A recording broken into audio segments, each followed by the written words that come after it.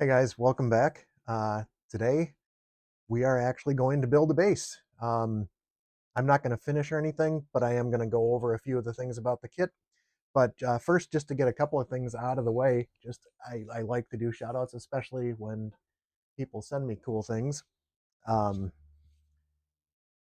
this came over from my friend Chris at BCG 5150 Guitars, and a very cool, unexpected. I did talk to him about a shirt, as you can see here.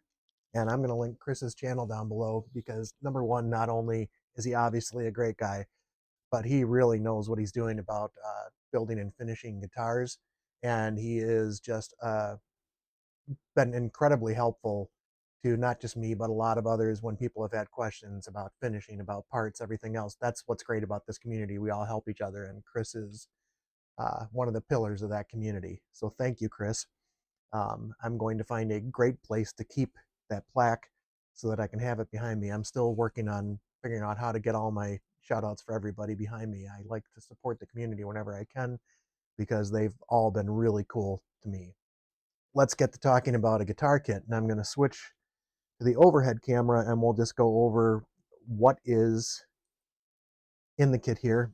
Uh, I've unboxed everything because I did that already in the unboxing video, which I'll link in the description. We have the body, which, but yeah, I made some notes. I did look this up. This was a Temu base kit, which I suspected was Glarry. And then after looking at my instructions here, that link, this is the instruction, guys. There's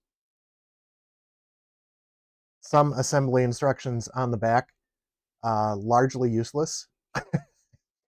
And there is also a link to an assembly video which helped identify this as a Glarry, an unbranded Glarry base. The good news being that, as far as I know, some people have had hit or miss luck with Glarry guitars. The bass kits seem to get a little bit better reception. As I made my notes here, mahogany body, maple neck, with a solid wood fingerboard. You can't see my quotes, but solid wood.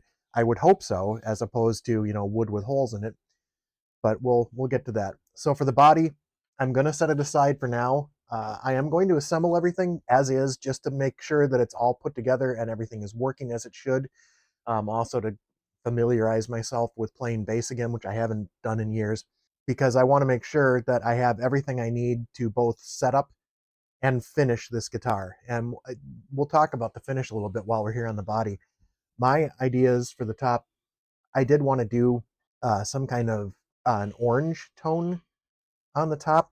I don't know how far down the sides I'll go with that. I'll maybe keep the flat side and get the orange going around the lip of the body, because it's a little bit rounded. Then as far as the back and sides, I had wanted to do a traditional wood color, but with an orange stain, which is going to be a little bit lighter. I didn't know if I wanted to go, I originally was thinking some kind of blonde stain here, but now I'm wondering if I want to go darker with the orange top so that it has a little more contrast. Give me your thoughts down below if you have any thoughts on that. I definitely don't want to paint or do a color because I'm, number one, in the middle of winter and I don't have any place that I can paint without overspraying fumes. That's why the stain that I can rub on is going to be much more useful, and plus I can share the process with you guys. As far as addressing the body, there was a little bit of, to borrow Ted's phrase, nibbage going on with the holes through the neck. It's just splinters. I'm gonna, as we get to assembling, just double check how well those holes are going to match up with the screws. If the screws are threading into the body, how far do we want to drill those out? Because we don't want to make it too loose, I'm assuming. Yes, you want the screws to bite into the neck and attach that to the body, but I don't think you want too big of holes there. Otherwise, you're going to end up with some wobbling that you don't want, I think. All right, I'm going to set the body aside for now, and we're going to address the neck. I've had a chance to look a little more at this, and I don't know if it came this way or if it's just because it is cold and dry here. These fret ends are pretty sharp. So one thing that I'm going to have to add to my list of tools is a fret file. And I already have one on my wish list, so that's going to be something that gets ordered in the next week or so. Once this is put together and I do some sound samples for you guys, I'm going to let it sit for a while I think about the stains and accumulate the tools that I need. The other thing that I'm going to need is a straight edge to check the relief on the neck. Uh, that's why I'm not going to do pretty much anything with the frets. I'm just assembling it together. I need to make sure that this neck is straight before you would even attempt to do anything with the frets. Otherwise, you can jack things up and then you're having a bad day because you're going to have to adjust it again, level everything, and crown and polish, etc., etc. I'm trying to avoid as much neck work as I can because I'm still getting there with fretwork. You guys are going to learn with me. I did notice this is pretty surely a plastic nut based on some of the stuff that I see fraying at the edges of it. Bone doesn't do that. And it does, there's some darkness around the nut, so I'm hoping that they didn't CA glue this thing in, because eventually I'm going to want to replace that with a bone nut, but for now it's fine. I initially thought some of that darkness was maybe a divot in the fretboard. Thankfully it's not. It's still got a corner, it's all there, so there's nothing I have to fill in or attempt any of those kind of repairs. It is, however, extremely dry, so what we're going to do is put a little Dunlop, similar to F1 oil, on the fretboard.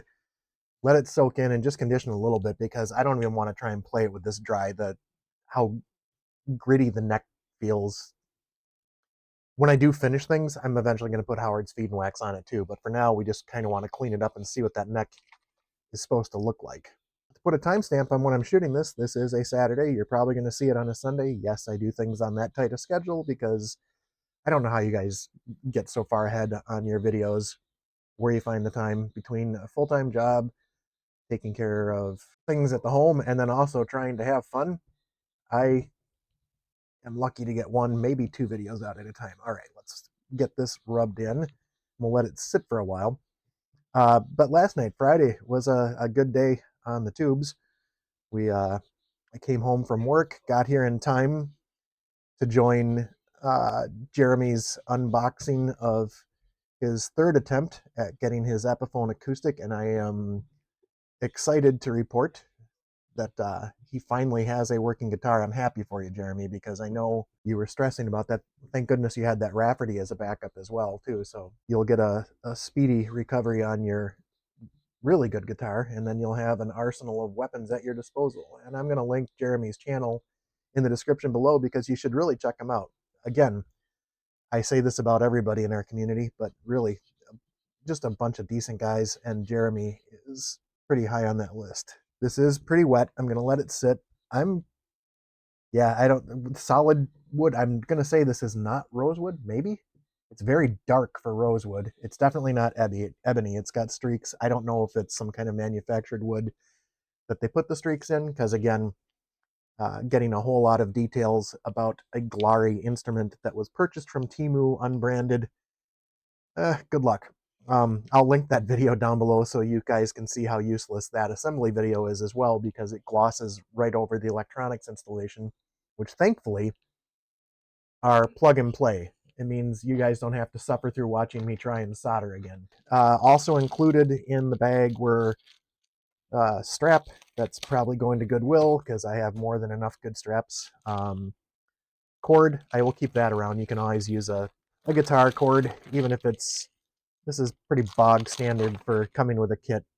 Yeah, thin wires, but it can be used for something. And of course the Allen wrench, which I'm assuming is for the truss rod. Let's take a look at these components while we're letting the neck settle in for a little bit, and then I'll wipe it down. We have another Ziploc bag full of goodies, which I probably went over in the opening. We've got our bushings for the tuners, screws for the tuners, so that'll be one step. We have, looks like a foam block to go under the pickup, and the springs and screws for the pickup. So we will keep that near the pickup, which has magnetized itself to everything that it's near. This is the second pickup. The other one's already on the pick guard on the body. When we go to finish things, I'll probably remove that pick guard, peel the plastic off, and we'll get a look at how the body is underneath. Plus I can test some stain under there when it comes time. And we have our back plate, along with that little cushion, which I'm probably going to keep, because I'm going to use everything with the kit when I assemble it. Next up, we have tuners with split shaft, which I've never used before, so that'll be a fun experiment for you guys to watch me poke it down, wrap it around. That's, I'm assuming, how it goes. We're going to get the tuners out of the way here just so I make sure I have enough space to maneuver. These are the strap buttons. Excellent. I don't even know that I'm going to put those on because I'm going to be finishing the body, and I rarely play with a strap, so we don't need it on right now. These longer screws, I'm assuming, go with the back plate. One more tuner. For a second, I thought there was 5. I'm like, wait, there's only 4 holes. Our electronics, the plate, the controls, which I'm assuming are 2 volumes and 1 tone, master tone, dime size pots, somewhat suspect jack, but we'll see how it works because I really am not going to be committing to anything that's doing soldering. The wires appear to be color coded. We've got yellow and green and yellow and red. The pickup that's out of the body has yellow and green, so I'm going to assume the one that's in the body is yellow and red, and as I'm looking at it down there, it does. We have our bridge, springs on it so it can be adjusted for intonation. How well this is going to compensate, I don't know. There's only one. I've never dealt with this style of bridge on any instrument before, so this will be a fun experiment for me too. And finally, thank goodness there's only 4 of them because we have strings in an unmarked pack, unlabeled strings. So obviously, big to little, it's what we're going to try and figure out. I'm going to have to lay these out when I string it up and make sure that I've got it right. Next up for the neck. That's sat long enough for now. Like I said, I'm going to condition it better when it comes time to fully set it after it's been assembled. That looks much better already. So what I'm going to do, just wipe this down so I don't end up with oil all over my hands or all over the neck. I do like the side of the neck. I did get a little lemon oil on the back of the neck. That's fine because I'm going to be sanding everything a little bit. This does not appear, you know, I shouldn't have used this towel for this because those frets, you can see it's already peeling stuff, chewing up a thick paper towel. Imagine what that would do to a stocking. Trademark Phil McKnight. All right, the neck looks better. I think it's definitely going to feel a little better. So first things first, I want to see the back of the neck. Let's get rid of, yeah, we got a little bit of nibbage here too. It's not really sticking up, so I don't know. I don't want to sand anything too much. I think after we put the screws through, we'll see where that goes. So these are the screws for the neck. So technically, my instructions here, such as they are, step 1 says to install the tuning machines. Step 2 is join the neck to the body using the neck plate. Install the pickups, install the control plate. The plug-in connected, that wasn't me slipping up. The plug-in. I don't know if I can zoom in on that. That's amazing. Install the bridge, roll the strings, install the strings. I'm going to take a scan. I'm going to take a picture of these and put them up there so I can show you the massacre of the English language in these. And then install the strap buttons. Well, we're not going to be installing the strap buttons because they're going to be coming off to finish anyways. Let's take a look at those tuners then. We'll try and follow their procedures. Yeah, they're threading into the back, so I am going to need to just gently drill that out. I need to see if I have a bit that is the same size because this is screwing in, it's biting into the body, and then it's going to get the neck. You could end up with a gap. I'm very sorry, I'm not showing you this. So like I said, it's threading into the body. It's not going, you kind of want it to just go gently through the hole and thread into the neck. Let's see if we have a drill bit. All right, let's look at my drill bits here. Almost fits in there. So that's what I think I'm going to use. And then we'll see how the screws do. Okay, good. I've got it in straight. That's exactly what we want because I want to smooth out the holes, not make them wider. And we have a strap that we're not using for anything. The body is not in pristine condition. All right. So we've got this. We'll just try and keep, yeah, that's almost the exact same size. I'm hoping that's just enough. Nope, still threading in. So let's go back up to the next size drill bit. Let's repeat 1 through 4. Still threading in. Contestant number 3, come on down. All right, 3rd time's the charm. Let's hope. Much better. It's still threading a little bit. We'll see how it goes, but this is leaving me feeling much better than it did before. Yeah, we're going to have to do a little sanding when we're finishing to clean up all that nibbage, but we'll get her put together. All right, always check your batteries, guy. Thankfully, I have one that's charged. Hey, there we've got battery. All right, normally I would try and save this, but the sawdust kind of sticks to this pad. I'm gonna have to get myself a block of butcher paper, I think, to go along like Ted does. All right, the holes look good. I'm gonna vacuum this up quick. Let's get the neck back up here and start putting on some tuners. I'm assuming I'm gonna want to put those bushings in first. See how these bushings fit in. Loose or are they tight? Okay, I'm gonna want to use my clamps to. That must be the screws for the tuners. And we've got a string tree. And only 3 bushings. What's going on here? That's potentially going to be a problem, isn't it, guys? And herein lies one of the issues with Temu. I guess I'm hoping there's a bushing. Let's see, how many screws do we have? These tuners all require 4 screws, so we've got 1, 2. That's for the string tree, 3. All right, we've got all the right screws. That's good. Guys, you're probably saying it out loud. I'm going to move this camera up here so you can see what I'm looking at. 1, 2, 3 bushings. Where's the 4th? So I'll leave that conversation in just so you can see how my brain works.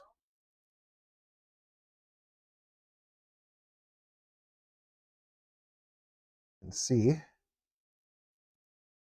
That's going in a little crooked. Let's get the other side down. I'll get one of these in, and then I will snap my fingers and all 4 will be in, because you see what I'm doing here. Uh-oh.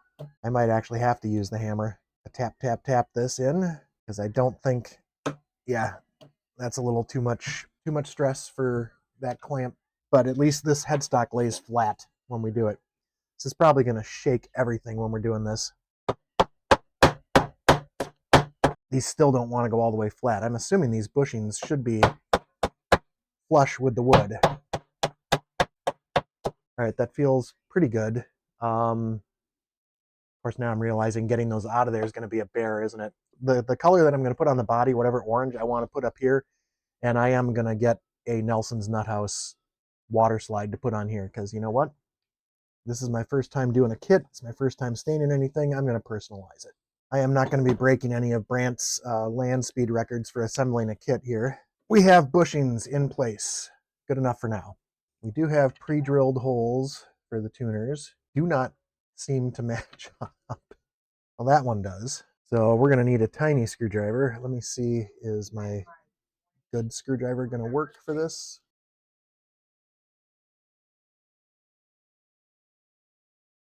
So offline, once I take this apart again, I think I might lubricate these tuners off the guitar because they're open. I don't want to get any oil from the machine heads on the guitar itself. They seem to be in decent shape. I'm assuming just 3-in-1 oil in these would probably work out just fine. I did see, speaking of Howard's Feed and Wax, I did see that they have introduced a new product called Axe Wax specifically for guitars. I did also see on the Facebook page announcement a lot of people asking the same question I had in my head. Is this any different than Howard's Feed and Wax? Is there anything different in the formula for it, or is it just packed into a smaller bottle and made more expensive that way? Yeah, that doesn't line up at all. I don't know if you guys can see that, but so there's one hole. That's way out of whack. There's one hole there. If I use that, this key is going to be crooked. So yeah, I can already tell that's a little crooked. That I'm not super excited about, but again, this is a kit that I paid about $40 shipped for, so I would have expected a little bit of work to be needed. Yeah, only one of these holes is lining up. That's going to be a problem. So tell you what, guys, we're going to get sound samples from a 3-string bass because I'm not going to take the time to fill and drill and throw this on until I'm ready to put it on, but that's just an interesting note now to know that we need to fix those. So this one I'm going to have to eyeball because there's no way to get anything lined up against these. All right, let's get the rest of these screws in for the tuners that did want to cooperate. All right, 3 tuners secured. All right, tree tuners in place for the most part. Let's move on to the next step. What is step 2? Join the neck to the body using the neck plate. We have a neck plate. We have 4 neck screws, and we'll bring the body back up here and start working on it. I am gonna twist you guys back to vertical. All right, we have, oh wow, it's even recessed so it fits in there, so that's good. Do we have a plastic thing on it? Nope. This is the shiny side out though, that's what we want. All right, let's grab ourselves a body, and let's, well, number one, let's see how this fits in that net pocket first.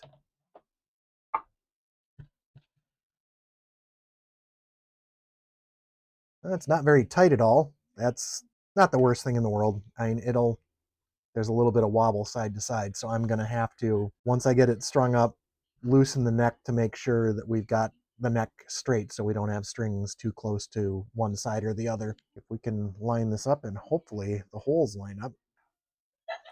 Now let's get our neck plate. Does not look like there is a top or bottom to this.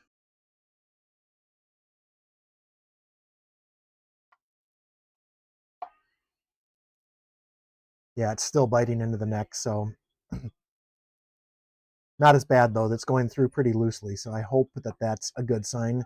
I do like the wood grain on the body. It's not like flamed or anything or burled. It's not a cap, but it's got some decent wood grain, which I'm hoping is going to pop with a color. That's why I don't want to go too dark. Hi, Butter. Have I got stuff in your way on the floor? I'm sorry. I will clean it up. I would pick you up to try and get you on camera, but I know you hate that. What are you going to knock the drill over, buddy? He thinks he's a cat, too. And I don't know if I'm doing this right either. You guys can let me know. I tend to try and go in a pattern as I screw it down to make sure that it's not pulling everything one way or the other. At least that's what I always did when building anything else. I don't know if that applies to guitars. Well, hell, at that point, if I'm not going to string the whole thing up, I'm probably just going to throw one string on, or maybe even just test the electronics since I can't do sound samples. And we will come back to get full sound samples when we do the finishing process. Sorry, guys. I know I promised to do sound samples, but the kid is not cooperating with me. Well, we have a neck joined to a body. Back up a little bit here. I don't know if you guys can see that. But yeah, this is a full scale bass, so I'm assuming I'll have to measure from the bridge once we get it installed to the 12th fret, or no, from the top of the nut to the bridge. I think that's a 34-inch scale. It's a standard bass scale. So I'm going to have to get myself a straight edge, notch straight edge for a bass, maybe. Or at the very least, just a straight edge to rest on the frets so I can see. Of course, if the frets are high, that's not going to help me. We'll see. If anybody has any ideas on a budget way to check for neck relief on a bass when you don't have the proper tools, let me know. Next up, install the pickups. Well, one of them's done because it's already attached to the plate. Let's go back to the overhead. All right, next we need the other pickup. The other pickup is right here. Yeah, here's the pad for the screw. So we got to put the pad underneath. This is all stuff missing from the instructions, folks, which would have been helpful. It was also not really done much in the video. I'm looking at these. I'm assuming these are ceramic magnets just by the look of them, and they're also not in that great a shape. So I'll have to look. Maybe down the road, a bass pickup mod is going to be in my future, but I don't know if all jazz pickups are the same. Let's feed this through, see if we can make sure they drilled the holes the right size for the good. Okay, we can get those through. Let's get our pad down in there. This pad has a little stickum on it, which when I fully assemble the guitar, I will use. For now, it's going to rest in there because I want to pull that out when I finish so I don't end up with finish all over the pad. I suppose it doesn't matter as that's not going to be seen by anybody. Oh, these instructions are terribly lacking.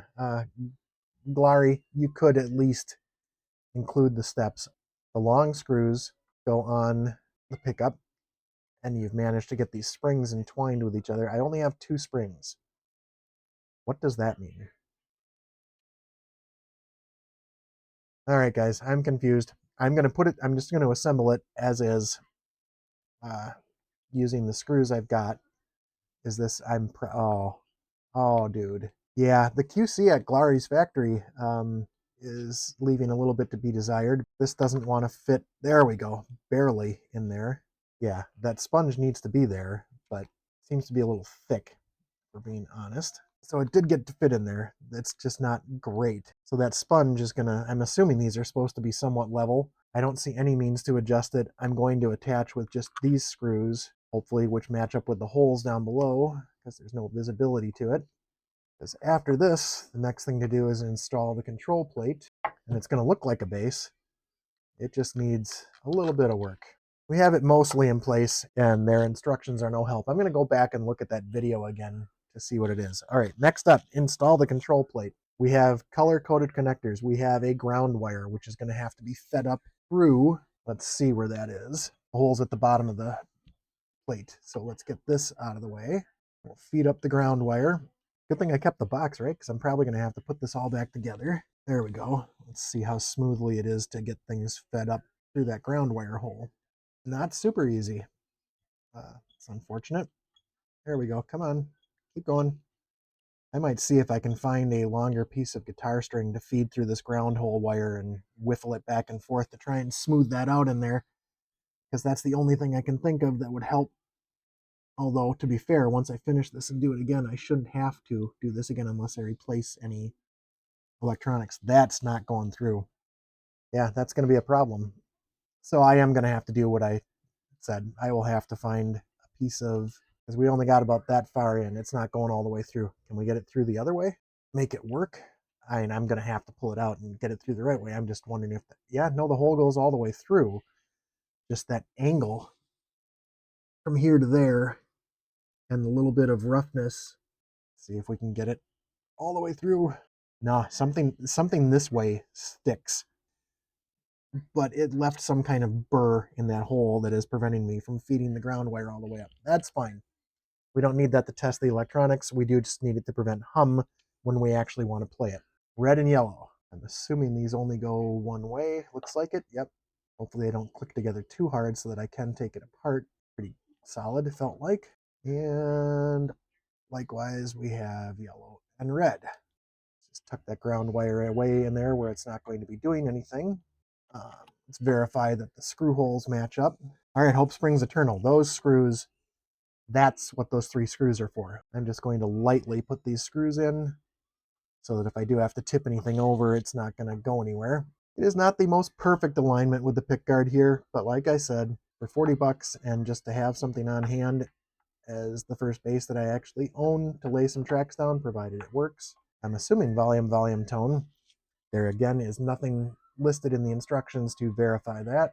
All right, next up, we installed the control plate with the plug-in connected in the same color. Next, we install the bridge. You know what? Yeah, I think this is going to be the last thing we're going to do for this video. I'm actually just going to verify. It's nice that they put a little protector in there. I'm just going to verify that the holes line up. They do. I'm not going to install the bridge. That's what it's going to look like when it's done, guys. Because since I can't string it up, there doesn't seem to be a whole lot of point in installing the bridge until I fix how that one tuner is going to go. So that'll be, we'll probably turn the initial setup of this into a 2-part thing, so that I can take care of it. Drill and fill. You've seen it on a number of different things. I don't necessarily want to do that on camera. I'll just take pictures, post it up in the next video when we get all 4 tuners in, the bridge attached.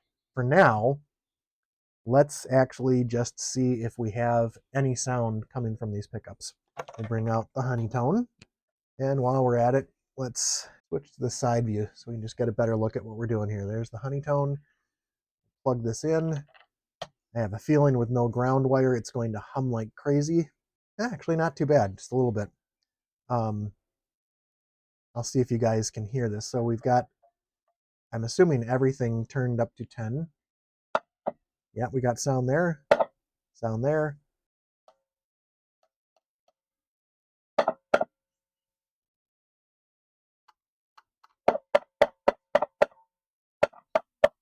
So that is for that one. All right, we have working volume pots. No way to tell for tone because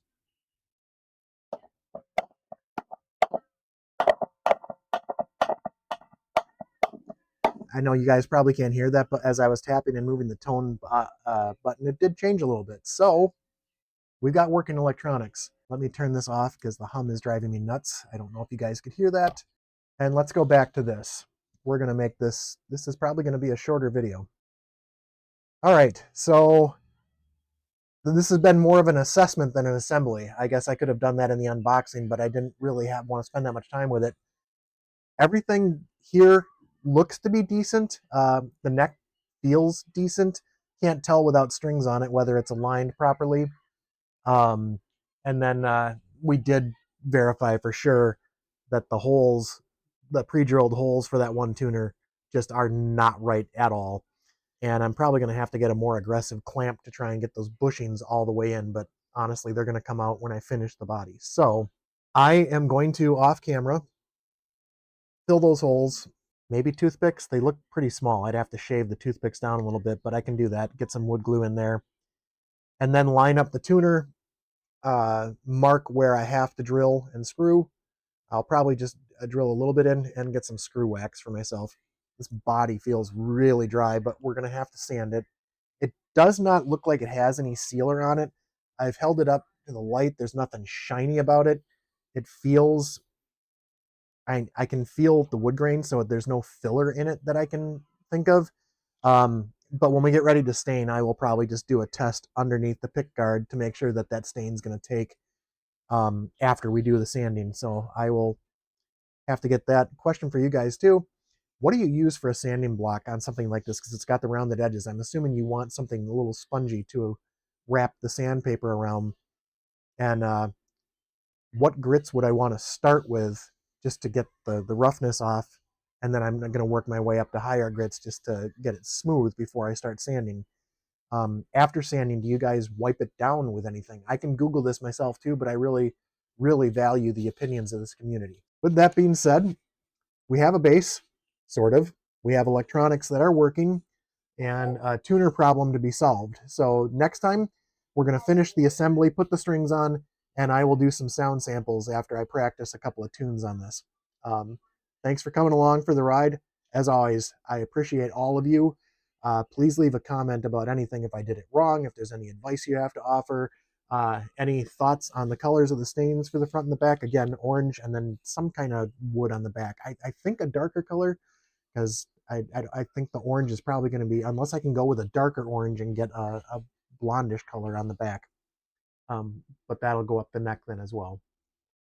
Because it won't be finished. It'll just be stain. So I won't have to worry about making the neck sticky. Until next time, thanks a lot.